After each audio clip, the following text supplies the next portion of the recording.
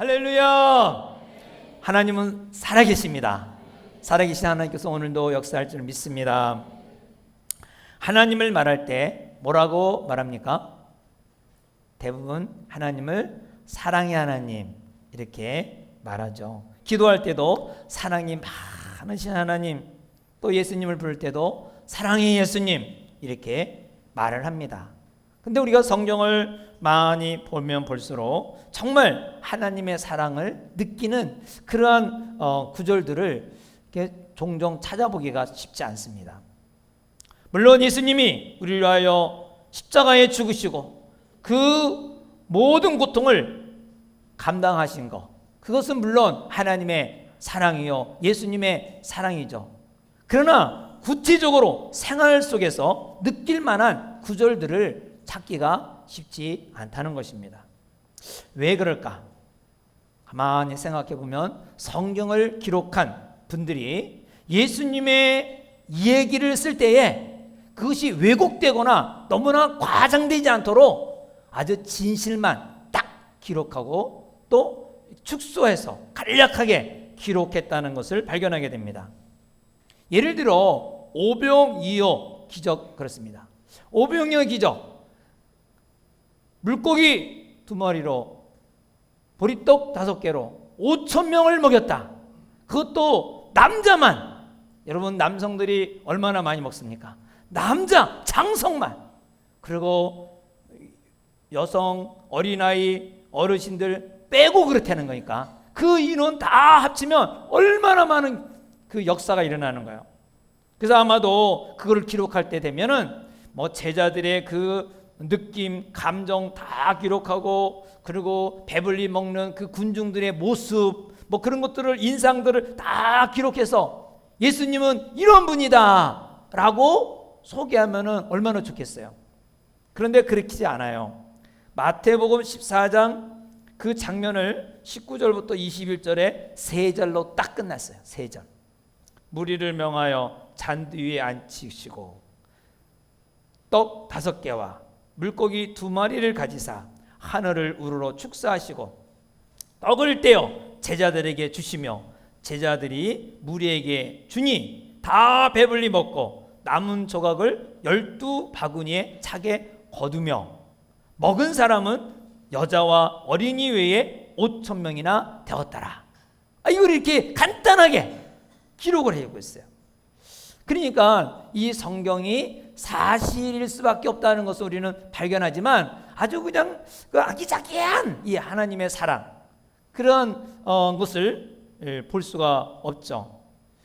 우리 여러분들이 혹시 외경을 본 사람이 있을지 모르겠어요. 외경에 보면은 외경은 이 정경이 66권이지만 외경이 또 많이 있습니다. 그 외경을 보면은 엄청난 과장이 많아요.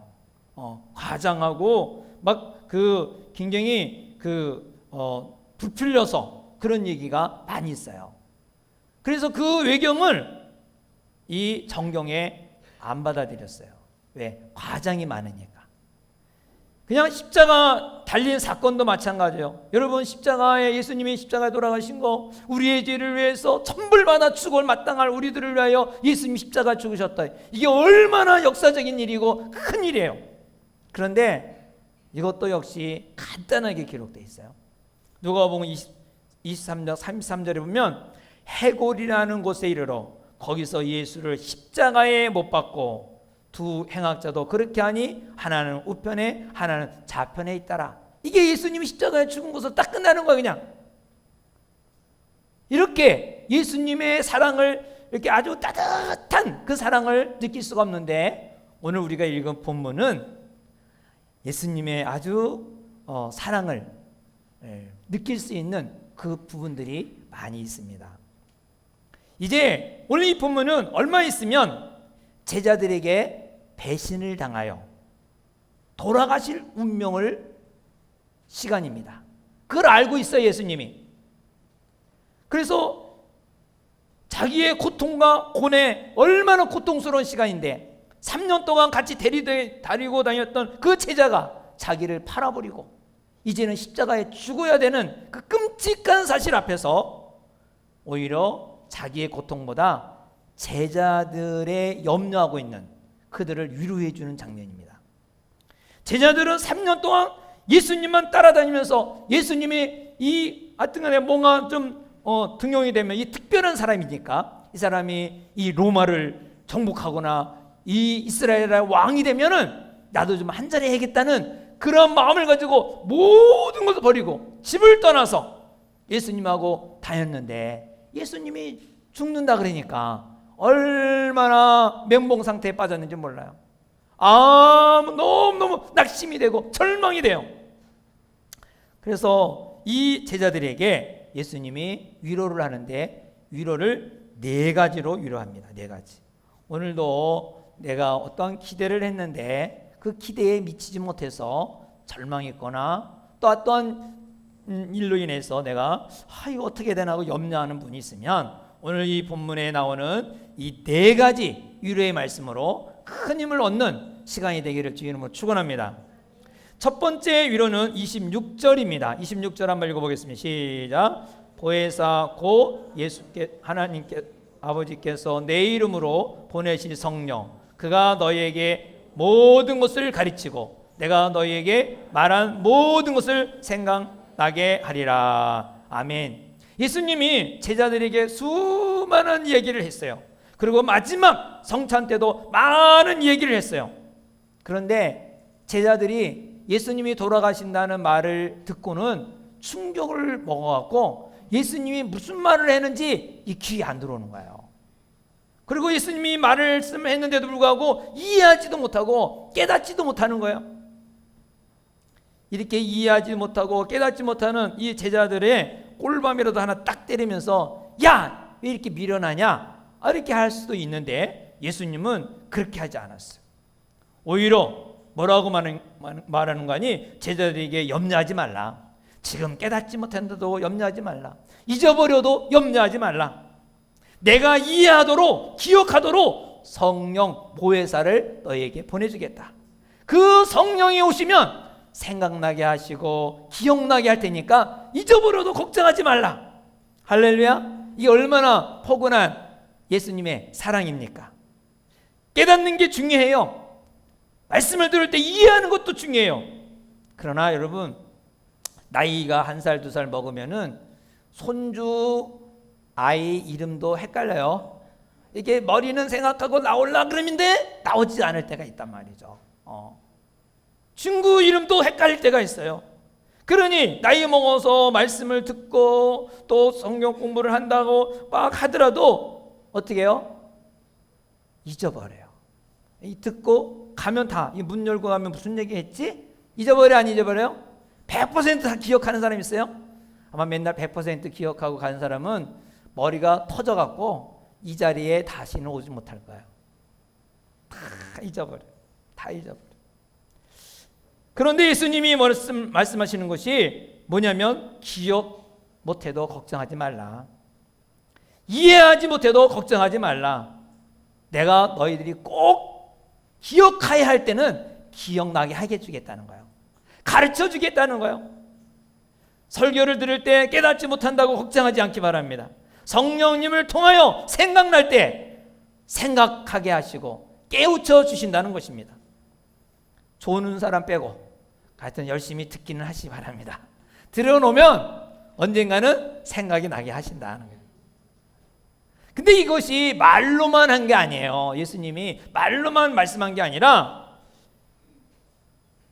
이 약속을 하셨어요. 약속을 하신 거예요. 말로만 한 약속을 하셨어. 여러분들이 아마 이 친구 중에 사업하는 사람이 있어요. 사업하는 사람이 있는데 그 사업을 하다가 너무너무 힘든 거야. 물질이 딸려.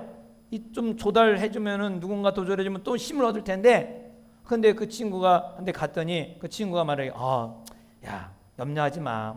나중에 더 잘 되겠지 뭐. 좀 힘든데 참아. 알았지? 이렇게 말하는 것도 있지만 야 이렇게 열심히 하다가 해보고 안 되면 나한테 말해. 내가 도와줄 만큼 도와줄 테니까. 이렇게 약속하는 거. 약속할 때는 위로가 돼야 안 되니까 위로가 되죠. 바로 예수님은 말로만 위로한 것이 아니라 약속을 하면서 위로를 했어요. 약속의 위로. 예수님은 바로 이 약속을 하시고 그것을 실천하신 분이십니다. 자, 베드로를 볼까요? 베드로는 비록 예수님을 따라다니는데 열심은 있지만 교육을 제대로 받지 못해서 뭐 어려운 거를 들으면 이해가 안 되는 거예요. 그리고 머리가 좀 모자라는 것 같아. 그래서 이해를 못하고 뭐 엉뚱한 말이나 하고 분위기에 맞지 않는 말을 잘해요. 그건 분위기를 파악을 못한다는 거죠. 그런데 이런 베드로가 예수님의 말씀을 제대로 이해하지도 못하고 분위기도 파악하지도 못한 이 베드로가 사도행전 2장에 보면요, 엄청난 설교를 해서 역사가 일어나요. 사도행전 그 2장 14절 보면 뭐라고 제목을 다룬 거니? 베드로의 오순절 설교 이렇게 돼 있어요. 베드로가 설교를 이렇게 합니다. 쭉 내려가면서 22절에 보면 이스라엘 사람아 이 말을 들으라. 너희도 아는 바와 같이 하나님께서 나사렛 예수로 큰 권능과 기사와 표적과 너희 가운데 베푸사 너희 앞에서 그를 증언하셨느니라. 그러면서 예수 그리스도에 대해서 막 소개해요. 또 17절에도 하나님이 말씀하시기를 말세에 내가 내 영을 모든 육체에 부어주리니 너희의 자녀들은 예언할 것이야. 아까 찬양했죠? 너희의 젊은이들은 환상을 보고 너희 늙은이들은 꿈을 꾸리라. 어디에 있는 말씀이에요? 요엘서 2장 28절을 인용해다가 막 계속 설교를 하는 거예요.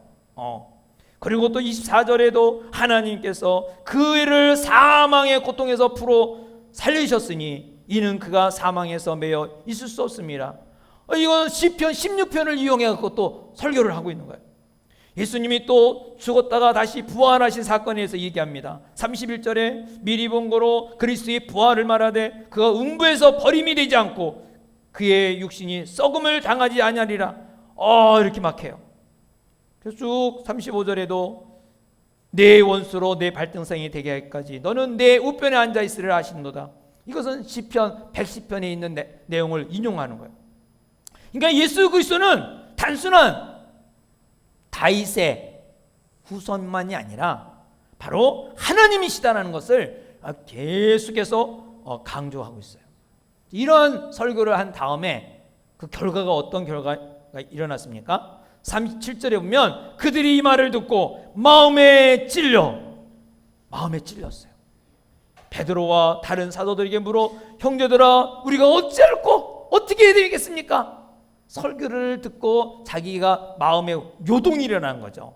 그럴 때 베드로가 말합니다. 38절에 회개하여 각각 주 예수 그리스도를 이름을 믿고 세례를 받고 죄사함을 받으라. 그 자리에서 예수 믿고 세례 받는 사람이 그 41절에 보면은 무려 몇 명이에요?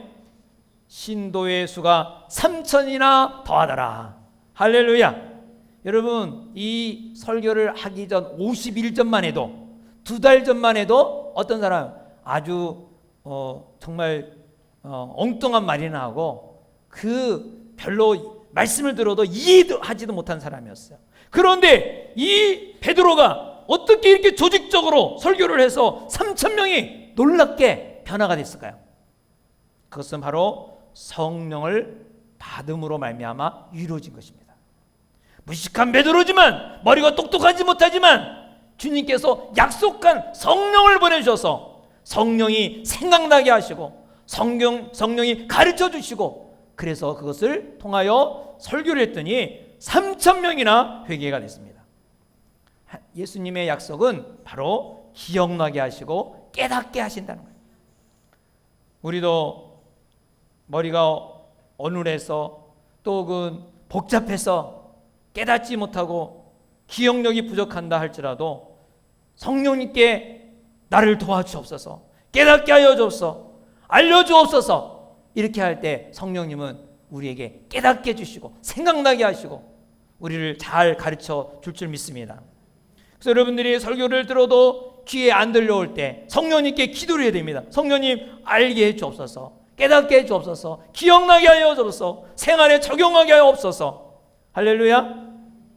그래서 우리가 나이가 먹어서 말씀이 기억이 안 난다고 염려하지 말고 성령님께 구하면 잘 앉아있다가도 그냥 앉아있다가 가기만 해도 집에 가서도 생각이 나고 그것을 기억의 위로를 해주신 것입니다. 어떤 성도가 이 생명의 삶을 듣고 나서 이제 전도를 하고 싶은데 전에는 무엇을 전도해야 될지 몰라서 교회와 이런 교회에 오라는 것밖에 없었어요.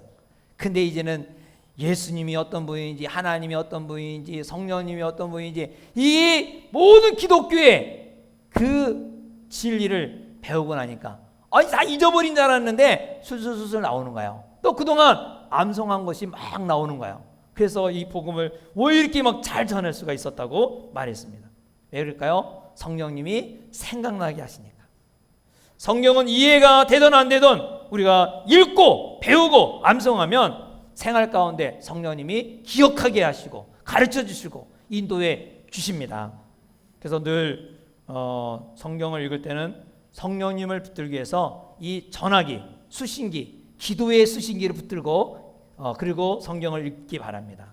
그러면 우리가 읽다가 다 잊어버린 것 같지만 언젠가는 다 성령을 통하여 나의 부족함을 다 채워서 지혜로운 그리스도인으로서 어떤 어려움이든지 이겨나갈 수가 있는 줄 믿으시기 바랍니다. 두 번째로 예수님이 그 위로해 준 게 뭐냐면 평화의 위로입니다. 27절을 보겠습니다. 27절 시작. 너희에게 끼치노니 곧 나의 편안을 너희에게 주노라. 내가 너희에게 주는 것은 세상이 주는 것 같지 아니하니라. 너희는 마음에 근심하지도 말고 두려워하지도 말라. 아멘. 여러분, 이 예수님이 제자들은 지금 그 자리가 최후의 만찬의 그 자리가 마지막 밤이에요. 지금 이제 예수님은 죽는다 그랬어요. 그러니까 얼마나 두려움이 있어요. 근심과 걱정으로 가득한 거예요. 우리는 어떻게 살아야 될까? 뭘 해 먹고 살아야 될까? 그동안 예수님 따라다니면서 계속 살았는데 이제는 뭐 해야 될까? 고기 잡으러 가야 되나 뭐 해야 되나? 아마 머리가 복잡했을 것 같아요. 이런 제자들에게 예수님이 내가 너에게 평안을 준다 그랬어요. 주님이 주시는 평안은 이 세상의 평화와 다르다 그랬어요. 주님이 주시는 평화를 주겠다고 할 때 표정이 어떤 표정일까요? 어떤 표정일 것 같아요? 막 고뇌에 찬 표정일까요? 아니면 우리가 좀 아까 불렀던 찬송처럼 샘솟는 기쁨, 샘솟는 평화, 강같은 평화, 이런 얼굴일까요? 주님이 주시는 평화는 강같은 평화, 흘러넘칠 줄 믿습니다. 세상이 주는 평화는 조건부 평화예요. 세상의 평화는 모든 것이 잘 되고 잘 돌아가면 어느 정도 평화가 있다. 야, 우리 중에 뭐 걱정이 없어, 염려가 없어. 근데 그게 오래 갑니까? 하나 또 빵꾸가 나요. 오래 가지가 않아요. 그래서 이런 말이 있어요. 1시간을 행복하려면 머리를 깎아라. 미용실에 가서. 그럼 1시간은 행복하대요. 하루를 행복하려면 차를 사라. 하루 차 사면 얼마나 신나는지 몰라요. 이틀을 행복하려면 여행을 하라. 일주일 행복하려면 집을 사라. 한 달을 행복하려면 결혼을 해라. 무슨 얘기입니까? 이 세상에 주는 행복은 오래 가지 않는다는 거죠. 길어봐야 하루, 아니면 이틀, 일주일, 아니면 한 달. 그러면 영원한 행복하려면 어떻게 돼요? 예수를 믿어야 돼요. 예수를 믿으면 영원한 행복이 있는 거예요. 이 세상이 주지 못하는, 이 세상에서 주지 못하는 영원한 행복이 예수를 믿으면 가지게 되는 것입니다. 이러한 행복을 가지고 있습니까? 아멘. 세상에 주는 평안은 환경에 따라오는 거예요. 그러나 주님이 주신 평안은 환경을 초월해서 폭풍 가운데에 평화를 주는 거예요. 제자들은 폭풍이 일어날 때 걱정하고 염려하고 두려워서 막 떨떨떨했지만 그 폭풍 가운데 예수님은 어땠어요? 편히 주무셨어요. 이 폭풍 가운데도 평화를 느끼는, 그 누리는 평화가 있기를 주의 이름으로 축원합니다. 예수님은 죽음을 앞두고 이 저녁에 얼마나 고통스러운 시간인지 몰라요. 이 마지막 날 밤 그 제자들에게 버림을 당하고 이제는 십자가에 죽음을 당하는 그 순간인데도 불구하고 예수님 평화가 있기 때문에 내가 주는 편안을 너에게 주노라. 할렐루야. 예수님 평화가 없다면 어떻게 그 평안을 주겠어요? 우리들이 이 세상에 살아가면서 고민이 한두 가지가 아닐 것입니다.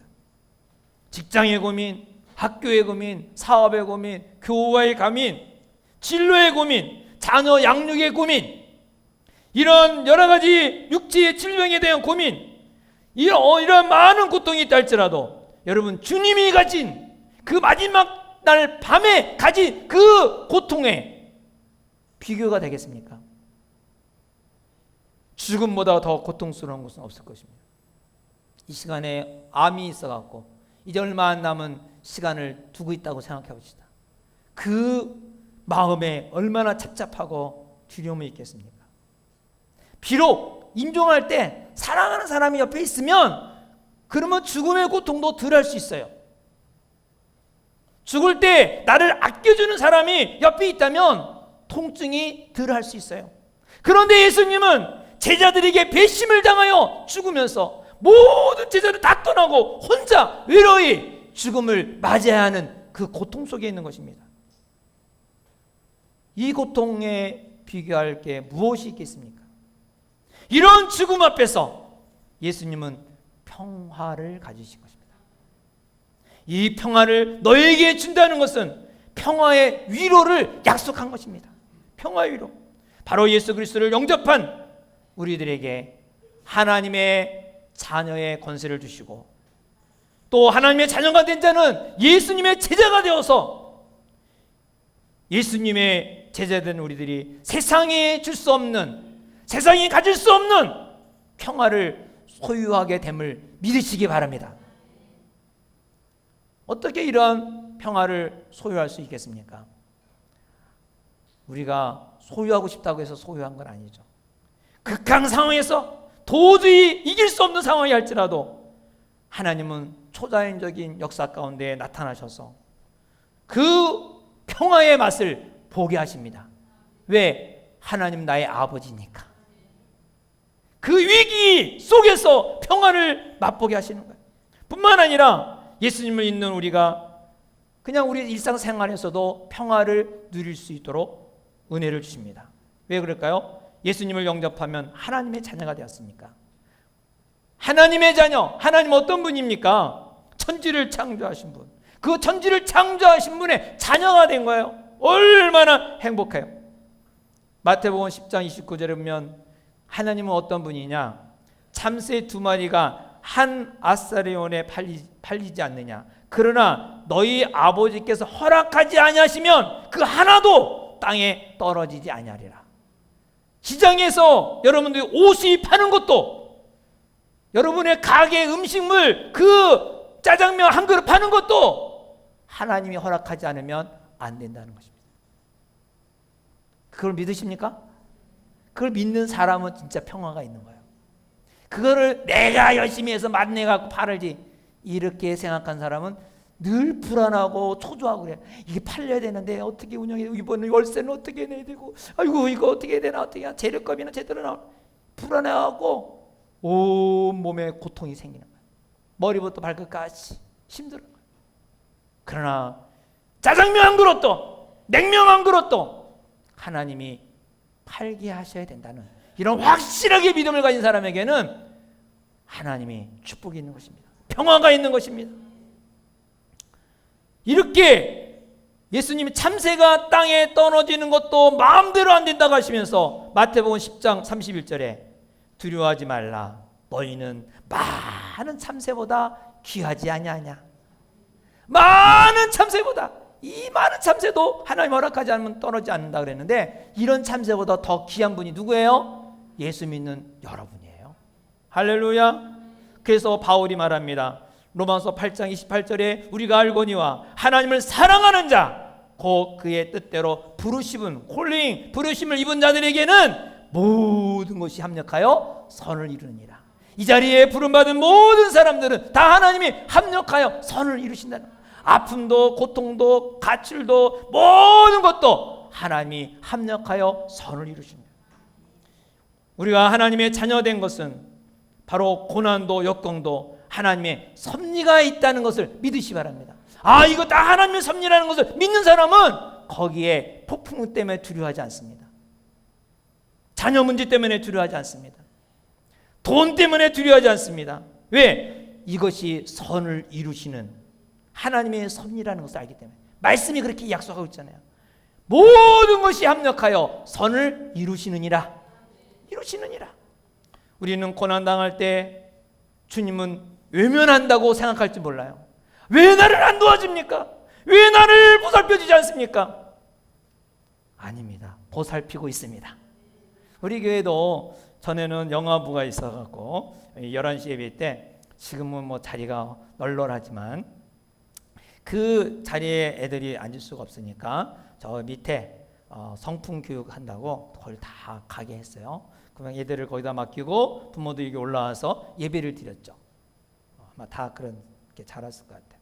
근데 그때 어떤 부모는 아이가 안 떨어져 막 우니까 마음이 너무 찡해갖고 그 아이를 데리고 와요. 데리고 와서 유아실에서 예배를 드리는 거야. 왜? 이게 마음이 너무 찡하니까 떨어뜨릴 수가 없어서. 또 어떤 부모는 아예 그냥 그 아이와 함께 영화부 예배를 드려. 그거 앉아갖고 거기 앉아 있는 거야. 아니, 난 예배 드리러 온 사람이 애기하고 앉아갖고 거기서 예배 드리고 앉아 있어. 이렇게 자녀를 잊지 못하고 떨어질 수가 없는 그런 끈끈한 관계인데, 천지를 창조하신 하나님이 그 아버지가 우리를 외면하시겠느냐는 것입니다. 나의 모든 일이 하나님의 섭리 가운데 있다는 것을 믿으시고 하나님이 역사하고 있다는 것을 믿으시기를 주 이름으로 축원합니다. 이런 믿음을 가진 사람은 평화가 있는 거예요. 바로 그러한 평화를 너에게 끼치겠다 하는 거예요. 세 번째로는 기쁨의 위로를 주십니다. 이제 평화의 위로 한 걸음 넘어서 기쁨의 위로를 약속했어요. 28절 시작. 내가 갔다가 너에게로 온다 하는 말을 너희가 들었나니 나를 사랑하였더라면 내가 아버지께로 감을 기뻐하였으리라. 아버지는 나보다 크심이라. 아멘. 이제 제자들에게 평화의 위로를 말해도 제자들은 불안한 거야. 예수님이 떠난다는 거에 대해서 이게 마음이 가라앉히지가 못해요. 그때 이 제자들을 설득하고 있는 거예요. 내가 떠난다고 너희 불안해하지만은 너가 좀 니네들이 내 입장은 좀 생각해봐라. 내 입장 좀 그 얘기예요. 그러면 기뻐할 거 아니냐. 내 입장으로 생각해봐라.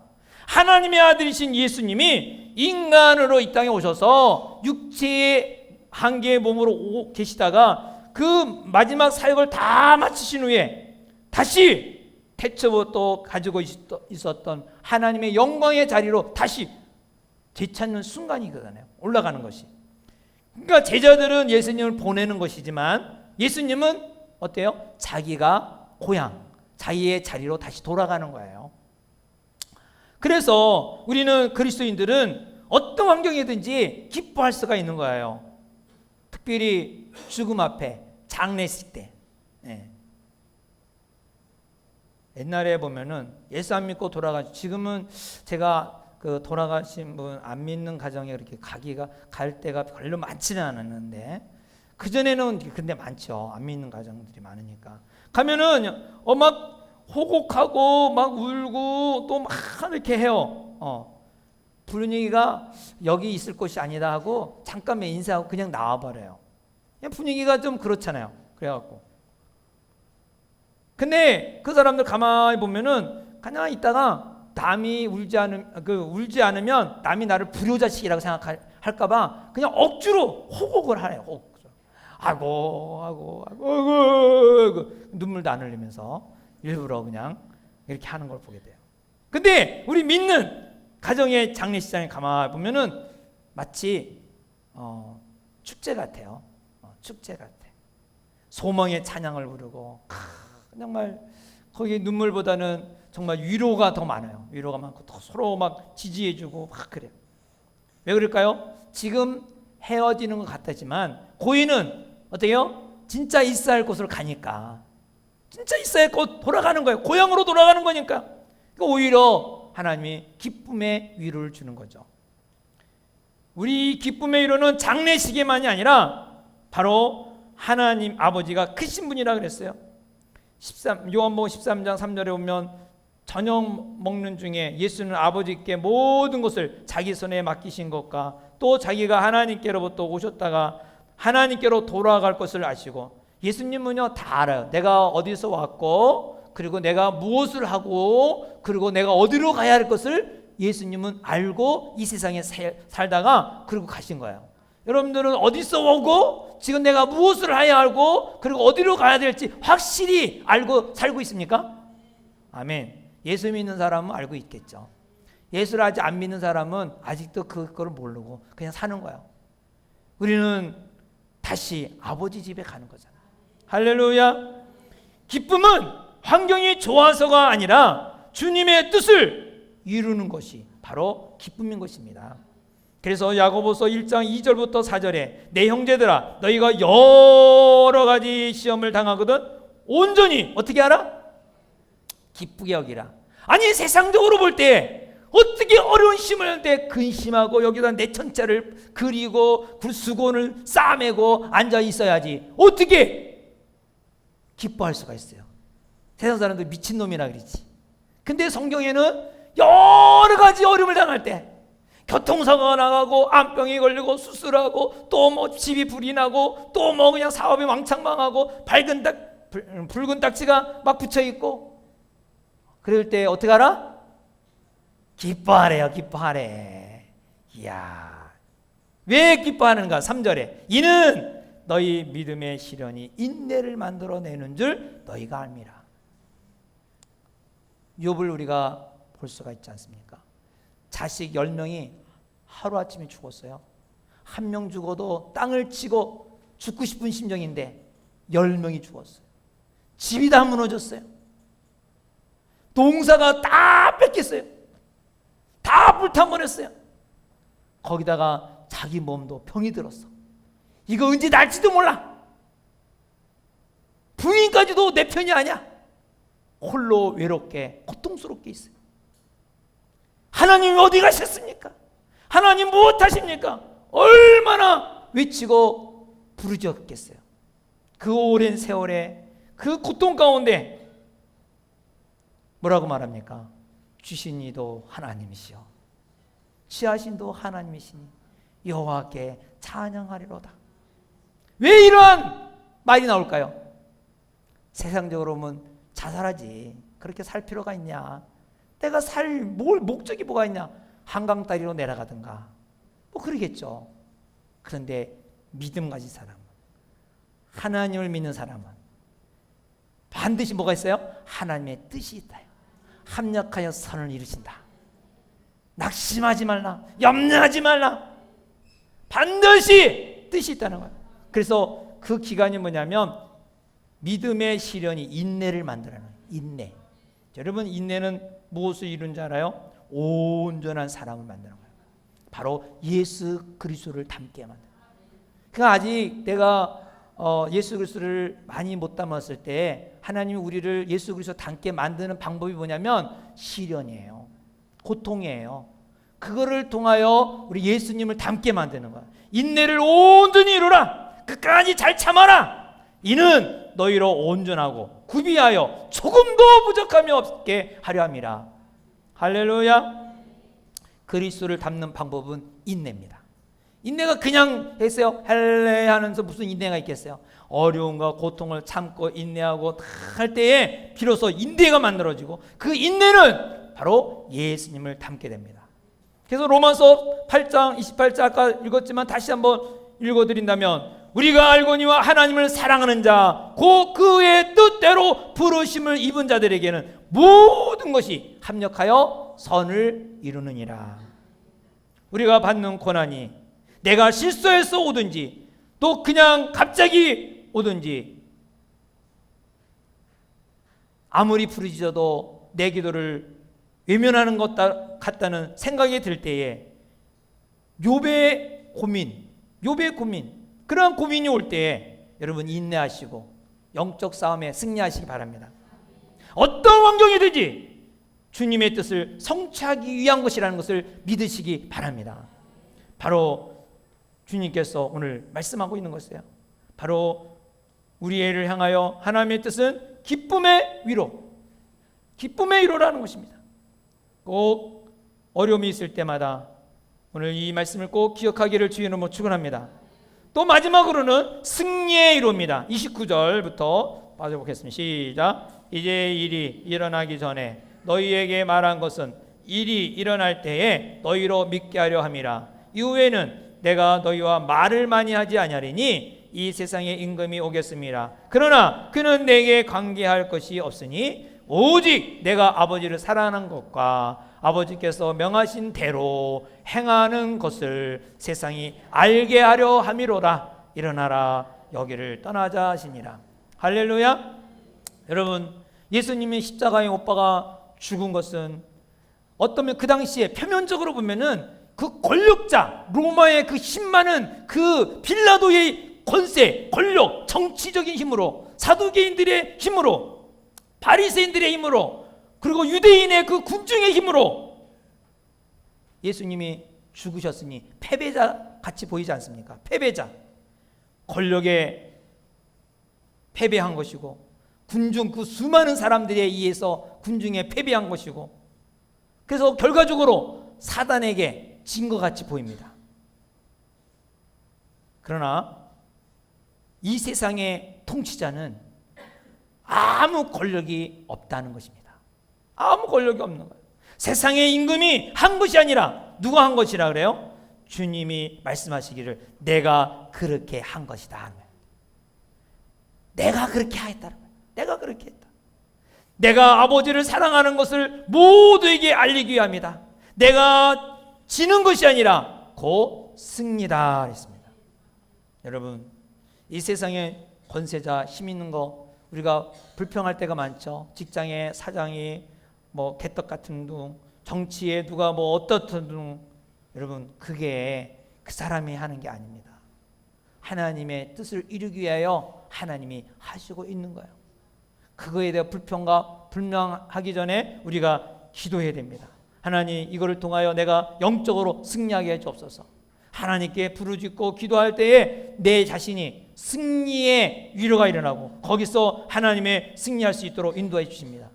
바로 예수님은 하나님을 사랑하기 때문에 하나님이 주어진 그 모든 사명을 다 감당했어요. 사랑은 순종입니다. 사랑하는 자는 순종하게 돼 있어요. 예수님을 사랑하면 예수님의 말씀에 순종하게 되죠. 교회를 사랑하면 어떤 희생을 각오하더라도 교회 사역에 순종하고 행하게 되죠. 순종은 사랑입니다. 예수님은 순종으로 하나님을 사랑하면서 끝까지 견디어서 승리를 가져왔습니다. 사단이나 마귀가 예수님을 이렇게 저렇게 할 권리가 없다는 것입니다. 그러므로 우리도 사단을 무서워하지 않기 바랍니다.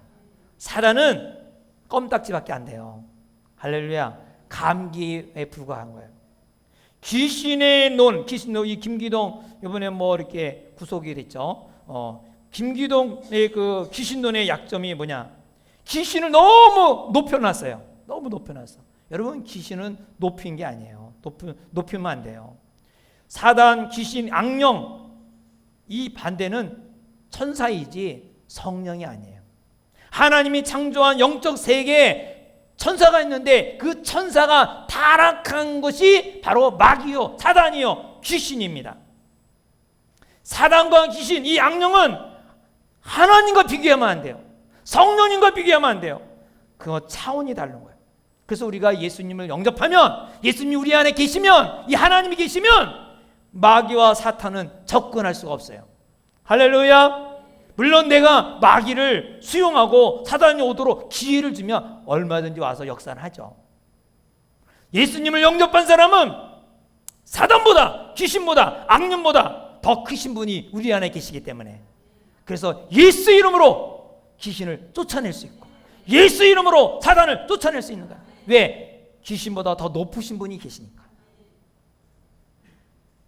그래서 여러분, 사단이나 악령이나 귀신이 들렸다 했을 때 어떡하나, 나 귀신 들렸어, 그런 거 두려워하지 마시고 감기 정도로 여기기 바랍니다. 감기 정도. 감기는 어떻게 해요? 감기가 언제 걸리죠? 몸이 저항력이 약할 때 감기가 와요. 건강한 사람도 너무 저항력이 낮아지면 감기가 걸리는 거예요. 이 감기. 그래서 성령이 충만하면 사단은, 이 마귀는, 악령은, 잡신은 아무 힘이 없어요. 건강한 사람에게 이 감기가 올 수가 없잖아요. 몸의 저항력이 내려갈 때 감기약을 먹으면 끝나잖아요. 죄를 지어서 사단에게 넘어갈 때, 힘이 없을 때, 또 괴로울 때 그 죄를 회개하면 성령님이 오셔서 우리를 또 승리하게 됩니다. 그래서 마귀를 너무 격상시켜서 두려워하거나 염려하지 마시고 예수 이름으로 물리치기 바랍니다. 회개하면 마귀는 떠나요. 감기 약을 먹으면 되잖아요. 그러면 얼마든지 건강하게 회복할 수 있어요. 우리 감기를 이기면 감기약을 먹어야 되듯이 우리가 이 마귀에게, 귀신에게 시달릴 때 회개하면 사단은 떠나게 되어 있습니다. 이 귀신의 역사들이 얼마나 가능한지 몰라요. 물론 우리가 정신분열증도 있지만 또 한편에는 귀신의 역사도 있어요. 뭐 정신분열증의 어떤 분야는 그거는 약을 먹어야 돼요. 계속해서. 왜? 감기약을 먹으면 그걸 먹어야 되듯이 정신분열의 우울증이라든가 조울증이라든가 이게 참 어렵죠. 근데 또 그거 말고 귀신의 역사가 또 있어요. 똑같이 다 귀신이라 그러면 안 돼요. 예. 그걸 막 우울증을 귀신이 들린 사람이라고 낯설이 예수를 불러라. 그래, 그건 정말 하나님의 제일 싫어하는 사람이에요. 구분을 할 줄 알아요. 이 사람이 정말 우울증 걸린 사람이냐 귀신 드는 역사냐 그걸 알고 처방을 해야 되는데 아무거나 그렇게 예수 이름 물러가라면 오히려 더 어려워져요. 그래서 사람을 보고 그 사람에 따라서 마음이 상실이 된 사람, 그런 사람 마음을 위로해주고 거기에 예수의 소망을 주고 그러면 한 달 아니면 다 끝나죠. 근데 우울증은요 오래 약을 먹어야 돼. 맞고 또 이 감기약처럼 계속 감기가 오래 걸린 사람도 있잖아요. 그래서 우리는 예수의 사랑으로 우리를 하나님은 위로해 주시고 또 기억에 위로해 주시고 평화 위로해 주시고 기쁨으로 위로해 주시고 승리로 위로해 주십니다. 예수님의 약속하신 것을 우리가 다 받아들이기 바랍니다. 평화 가운데 기쁨 가운데 승리하며 살아가기를 주 이름으로 축원합니다. 이제 우리에게 평화를 주너라 그랬어요. 기쁨을 주너라, 기억을 주너라, 승리를 주너라. 예수님이 이 제자들이 그렇게 해주고 바로 올라가셨어요. 그러고 나서 정말 성령이 임하시고 나서 그 놀라운 능력이 나타났는데 그 원형 경기장에서 막 사람을 껍데기 벗겨 죽이고 태워 죽이고 톱에 쓸려 죽이는데도 불구하고 두려워하지 않아요. 왜? 성령이 함께 하시니까 다 담대하게 그런 죽음의 자리도 담대하게 이겨요. 그래서 이 기독교가 점점 퍼져서 이 복음의 진리는 오도되지 않냐고 진리니까 막 살아나 움직이는 거예요. 지금 오늘날 우리가 신앙생활하면서 정말 진리를 믿고 있느냐 가짜를 믿고 다니느냐 두 마음 품고 왔다 갔다만 안 됩니다. 진리 대신 예수님을 믿어요. 진리 대신 예수를 믿으면 평화가 있는 거예요. 진리 대신 예수님을 믿으면 그 안에 기쁨이 있는 거예요. 진리 대신 예수님 믿으면 우리가 머리가 아무리 나빠도 생각나게 하시고 깨닫게 해주시는 거예요. 우리는 진리 대신 예수님을 믿으면 반드시 승리하는 거예요. 여기저기 천국이 있다고 쫓아다니지 말아야 돼요. 이미 예수를 믿는 사람은 여러분의 안에 예수가 있어서 마귀도 이길 수 있거든요. 어디 뭐 능력자가 어디 있겠습니까? 다 이미 예수보다 더 높은 사람이 누가 있어요? 예수님보다 더 높은 사람 이 세상에 아무도 없어요. 그 믿음을 가지고 여러분들이 힘차게 세상도 이기고 또 여러분 직장이나 어느 곳에든지 생명운동을 일으키는 여러분이 되기를 주의 이름으로 축원합니다. 기도하겠습니다. 우리 다 같이 함께 기도합시다.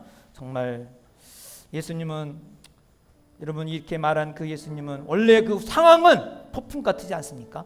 마지막 이제 제자에게 팔려가고 죽어야 되는 임박한 그 가운데 다 제자들이 떠날 것도 아시는 주님이에요. 그런데도 불구하고 예수님은 평화가 있었어요. 기쁨이 있었어요. 승리가 있었어요. 거기는 성령 보혜사가 있었어요. 그래서 제자들에게 불안하고 초조하고 있는 그들에게 이러한 위로를 주셨습니다. 오늘 우리가 이 세상에 살아가면서 이러한 정말 초조하고 불안합니까? 질병 때문에 불안하고 자녀 때문에 불안하고 사업 때문에 불안하고 가정의 어려움 때문에 불안합니까? 오늘 성령이며 우리 가정에 오셔서 인도하여 주옵소서. 약속의 그 성령의 역사 내 마음에 먼저 오셔서 마귀가 우리를 흔들나 할지라도 여러분 승리하기를 바랍니다. 우리 다 같이 주 예수여 이곳에 오셔서 나를 다스려 주시기 끄시고 영원토록 믿음으로 살게 하옵소서. 약속의 말씀 붙들고 살게 하옵소서. 반드시 약속을 믿는 사람은 예수님이 그렇게 해 주시는 것입니다. 베드로에게 하듯이 꼭 이루어 주십니다. 다 같이 함께 기도합니다.